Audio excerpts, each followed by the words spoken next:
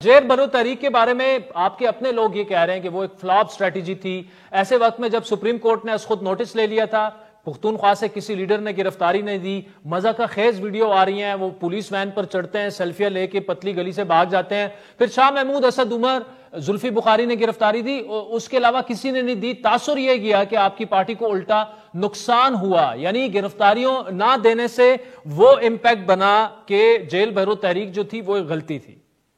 नहीं, मैं समझ रहा हूँ कि ये इम्प्रेशन बिल्कुल गलत है। जेल भरो तहरीक में तमाम लोग गिरफ्तारियां देना चाहते हैं। पुलिस ने इनकारी हुई कि पीके में गिरफ्तारी लेने से किसी को भी गिरफ्तार उन्होंने नहीं किया। जुल्फी बुखारी के साथ भी ये और अल्लामा साहब के साथ भी ये खेल चलता रहा कि यहाँ से पकड़ो वहाँ उतार दें, वो फिर पहुँच जाएँ, तो फिर वहाँ से पकड़े वहाँ उतार दें, वो फिर पहुँच जाएँ, तो बड़ी मुश्किल से उन्होंने गिरफ्तार किया।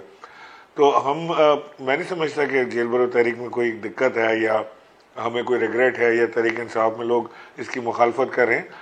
हो सकता है कुछ लोगों के दिल में खौफ हो, आई डोंट नो, लेकिन मेरे पास तो जो इस वक्त इतलात हैं, जो हम कराची में हैं, मैं आज भी एक इंसाफ हाउस बैठा हुआ था तहरीक इंसाफ के ऑफिस में, तो वहाँ पे भी जो हमारे MPAs और MNAs और पार्टी के जो अहदेदार थे, वो आके इस बात पे झगड़ा बाकायदा चल रहा था कि जी जो पहले 5 जाएंगे उसमें आप पहले मेरा नाम लिखें।